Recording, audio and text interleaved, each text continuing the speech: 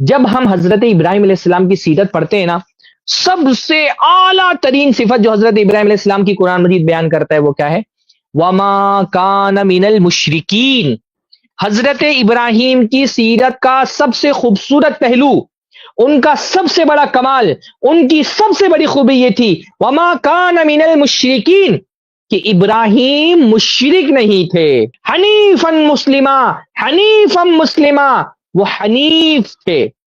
سارے شرک و کفر سے منہ موڑ کر کے صرف اور صرف اللہ تعالی کی طرف چہرہ کرنے والے۔ انی وجہت وجہی للذی فطر السماوات والارض حنیفا، میں نے ہر شے سے منہ موڑ لیا ہے، ہر باطل معبود سے تعلق توڑ لیا ہے، ہر قسم کے شرک و کفر سے بری ہو کر کے میں نے اپنا چہرہ خالص اللہ تعالی کی طرف کر لیا ہے۔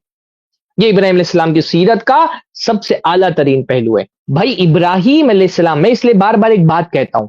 کہ ہندوستانی مسلمانوں کو خصوصی طور پہ حضرت ابراہیم علیہ السلام کی سیرت کا اس حوالے سے مطالعہ کرنا چاہیے، ان کی زندگی کو اس زاویے سے دیکھنا چاہیے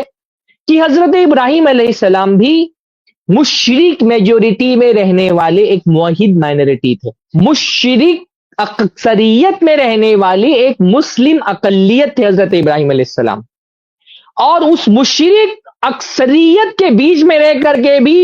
ابراہیم علیہ السلام کو اللہ تعالیٰ نے جو سند دی وَمَا كَانَ مِنَ الْمُشْرِكِينَ،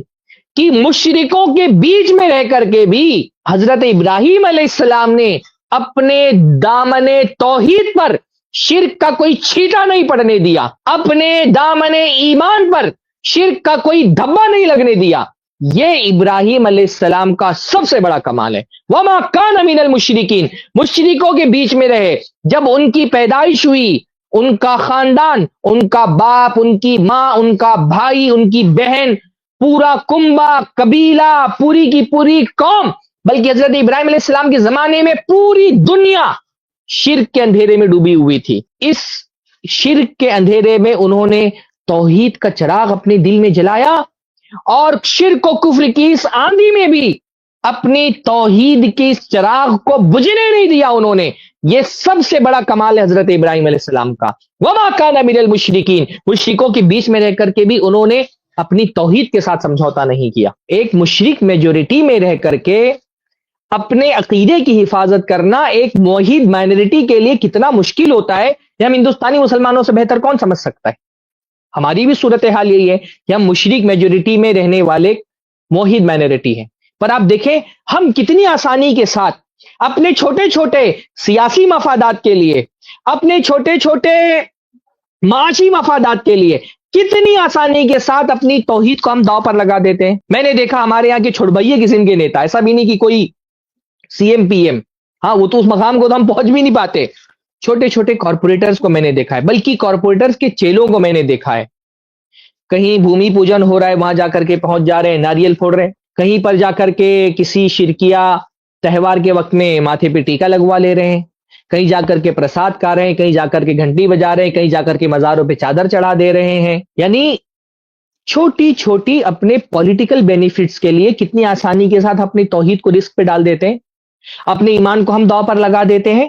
کوئی شرکیہ تہوار آتا ہے، آگے بڑھ بڑھ کر کے ہاردک شبھ کامنائیں پیش کر رہے ہیں، ہیپی بول رہے ہیں، اللہ کے ساتھ شرک ہو رہے ہیں۔ آپ ہاتھ سے نہیں روک پا رہے، آپ زبان سے نہیں روک پا رہے، کم سے کم دل میں تو برا جانا، آپ ہیپی بول رہے ہیں کہ آپ خوش اللہ تعالیٰ کے ساتھ شرک ہو رہا ہے۔ کیوں؟ چھوٹے چھوٹے مفادات کے لیے، چھوٹے چھوٹے بینیفٹس حاصل کرنے کے لیے، فائنینشیل بینیفٹس حاصل کرنے کے لیے۔ میں نے دیکھا کتنے سارے مسلم گھرانوں میں، حتیٰ کہ اہل حدیث گھرانوں میں نے دیکھا، اہل حدیث گھرانے کا لڑکا ہے اور سو کالڈ کوالٹی ایجوکیشن کے لیے، کیونکہ ہمارے حساب سے وہ صرف کانوینٹ اسکولوں میں ملتی ہے، ایک مسلمان اہل حدیث گھرانے کا لڑکا، لا الہ الا اللہ پڑھنے والا، ملت ابراہیم کے پیروکار ہونے کا دعویٰ کرنے والا اہل حدیث گھرانے کا لڑکا صبح صبح اپنے مشنری کے اسکول میں پہنچا ہے اور جیسس کی مورتی کے سامنے کھڑے ہو کر کے پرے کر رہا ہے، کتنی آسانی کے ساتھ اپنے چھوٹے چھوٹے دنیاوی مفادات کے لیے،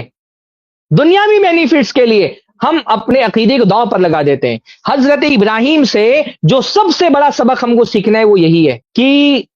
اپنے دین اور اپنے ایمان کی حفاظت کرنا ہے، گرچہ ماحول شرک کی گندگی میں مبتلا ہو اس پورے شرک کے ماحول میں رہ کر کے، مشرکوں کے بیچ میں رہ کر کے بھی. حضرت ابراہیم سے یہ سبق ہم کو سیکھنا ہے کہ مشرکوں کے بیچ میں رہ کر کے بھی اپنی توحید اور اپنے ایمان پر آنچ نہیں آنے دینا ہے.